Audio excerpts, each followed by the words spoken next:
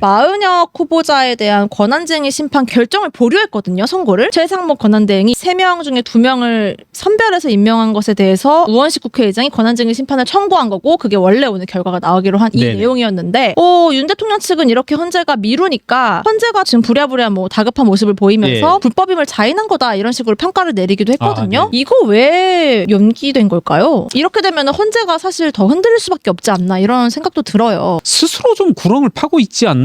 그러니까 저는 계엄 이후 1년의 과정 속에서 권위들을 스스로 잃고 있는 모습들을 특히나 이 사법부가 적나라하게 노출하고 있지 않나 하는 생각을 해요. 그러니까 지금 사법부의 권위를 누가 뭐 공격해야 된다 어쩐다 하는데 저는 사법부의 권위가 이만큼 떨어진 데에는 본인들 스스로가 자초하고 있다. 특히나 정치적인 세력들이 여러 가지로 갈려져 있고 극단적으로 나뉜 상황에서는 어디엔들 공격이 없겠습니까?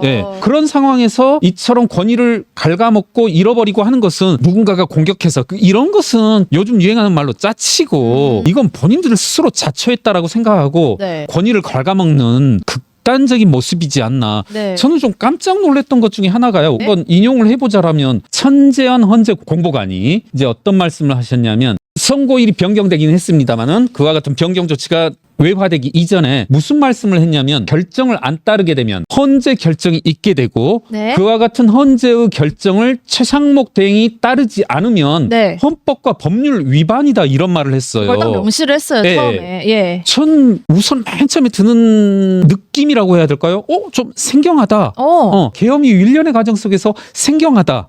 과거 서부지법에서 영장적부심 이걸 이제 기각이었었나요? 그러면서 단 한 줄로 한다든가 여러 가지 것들 그리고 뭐 영장 청구를 받아들이면서 몇 호 조문을 이것은 적용하지 않는다라고 한다든가 좀 저 같은 경우 되게 황당했거든요. 지금 이 경우도 좀 비슷한 느낌 같아요. 이제까지 한 번도 겪어보지 못한 낯선 느낌. 왜 이렇게 이런 말을 이런 행동을 하는 거 이제까지 했던 행동과 이제까지 해왔던 헌법재판소의 관행과 발언에는 좀 반대되는 거잖아요. 이런 메시지가요? 그쵸? 오늘 나온 조금 터프하게 말씀드리자면 헌법재판소의 결정도 안 나왔고 더더군다나 최상목 대행이 따른다 안 따른다는 그런 결정을 할 계제도 아닌 상황에서 결정을 따르지 않으면 헌법과 법률 위반이다. 이런 말을 한다는 게 전 되게 뭐랄까요. 생소함을 넘어서 약간 폭력적이라고 할까요? 전 그런 걸 느꼈었거든요. 이 기사 하나를 제가 찾아봤습니다. 어떤 기사냐면 법률신문입니다. 여기 보면은 2022년 5월 5일자 기사인데요. 헌법 불합치, 법률 방치, 정치권 뭐 했나 이런 겁니다. 무슨 말씀이냐면 헌법재판소에서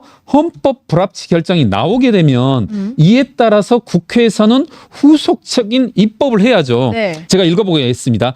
물론 2022년 5월 기준이겠죠.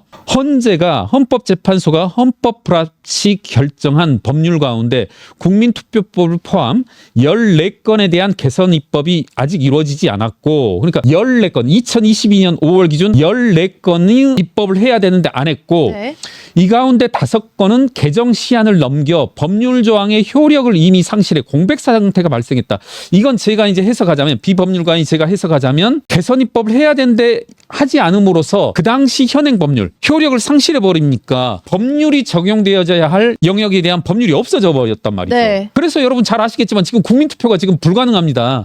법이 없어서. 그러니까 이런 걸 놔두고서 왜 이와 같은 아직 결정도 안 이루어졌고 최상목 대행의 어떤 특정한 의사결정도 이루어지지 않은 거에 대해서 이와 같은 발언을 하냐는 거죠. 협박스러운 이런 말을 도대체 왜 하냐. 그리고 나서 결국 자기들이 한 건 뭐냐? 나중에 할게. 연기했다. 무척이나 황당하다는 거죠. 그러니까 혹시라도 오해 있으실까봐 미리 말씀드리자면 이와 같은 많은 것들을 헌법재판소 스스로가 권위를 떨어뜨리고 있다는 거죠. 그러니까 저는 최근 판결 중에 이진수 방통위원장에 대한 판단 이틀 근무한 사람더러 이걸 탄핵을 했고 그 탄핵이 타당하다고 한 8명 중에 4명은 도대체 뭔가 헌법재판소 스스로가 자신들의 권위를 내던져버리고 한 것에 문제가 있는 거지. 그래서 좀 많이 실망스럽더라고요. 마은혁 후보자에 대한 헌재의 입장이 참 생경했다. 같다 이렇게 말씀을 해주셨고요. 저는 그렇습니다. 네. 예. 사실 이 마은영 후보자뿐만이 아니라 지금 아까 말씀하셨다시피 재판관 8명 중에 뭐 문영배, 이미선, 정계선 이 세 분에 대해서 특히 예. 여권에서 상당히 강하게 비판을 하고 있잖아요. 네. 이들이 다 진보 성향인 우리법연구회 소속이라는 것 포함해서 뭐 이분들의 뭐 남편 또는 동생의 과거 정치적 행보에 대한 지적까지 이제 여권을 중심으로 나오고 있는 건데요. 네. 그래서 이제 여당은 이렇게 편향된 곳이 윤 대통령의 탄핵을 계속 심판해도 되느냐 이런 문제 제기를 오늘도 계속 하고 있습니다. 네네. 어떻게 보세요? 야당에서는 일단 이게 이 나중에 탄핵 인용됐을 때 불복하려는 밑밥 아니야? 이렇게 해석을 하고 있고요. 저도 오늘 알게 됐으니까 시청자분들과 함께 이제 용어를 공유해 보면 회피 깊이가 서로 다른 말이더라고요. 재판관 회피 깊이. 네네네. 그 회피라고 하는 것은 재판관이 스스로 판단해서 하는 어떤 조처이고 예. 기피라고 하는 것은 당사자 신청, 어떤 재판을 받는 당사자들이 신청에 따라서 어떤 객관적 요건으로 판단하는 그런 거라고 예. 합니다. 그래서 윤 대통령 측에서 이미 재판관 기피 신청을 한번 했고요. 네. 구체적으로는 정계선 재판관에 대해서 예. 이것은 아까 말씀드렸다시피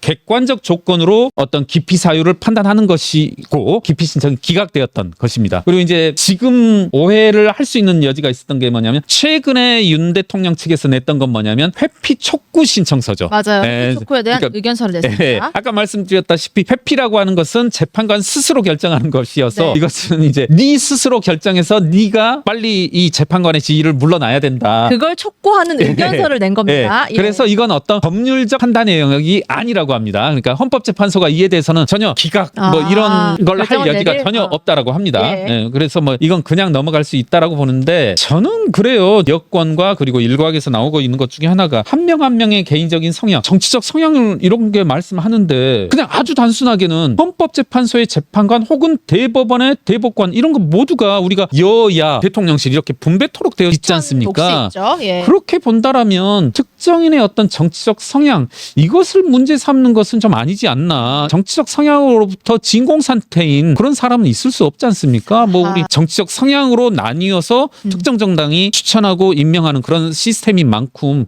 이거 자체는 문제 삼기가 힘들지 않나 하는 생각을 합니다. 상대방을 좀 공격할 때는 좀 확실한 거 몇 가지로 해도 충분하다. 예. 명치를 정중하는 그런 공격, 저는 팩트에 그렇습니다. 기반한 공격 예, 이런 예. 것들을 해야 좀 타격감이 있다. 네, 그렇습니다. 예. 8명 중에 4명은 또 여권이 지정하고 추천하고 임명하신 분들 아닙니까? 또 그분들의 행적들 찾으려면 또 얼마든지 찾을 수 있지 않겠습니까? 사실 그 처음에 민주당 야권 쪽에서 좀 우려했던 인물이 그 보수 성향이라는 정영식 재판관이었잖아요. 그렇죠. 예. 그거에 이제 반대되는 경향이기 때문에 다시 재판관들 다 보수 성향, 진보 성향, 중도 성향 이렇게 다 나뉘어져 있는 게 예. 사실이기도 하고 네네. 다만 이제 여권에서는 아니면 우리법연구회 소속이 왜 이렇게 많아? 뭐 이런 식의 문제를 예. 하는 것 같더라고요. 그러니까 우리에게는 판단 기준이라고 하는 게 있잖아요. 네. 법과 헌법이라는 판단 기준이 있기 때문에 네. 좀 우리가 받아들여야 되는 부분 아닌가. 매번 강조합니다만 저는 국민의힘 당헌 당규를 열심히 읽어봤던 사람 중에 하나로서 양심의 자유라고 하는 것은 얼마든지 받아들여져야 하는 그런 영역이니만큼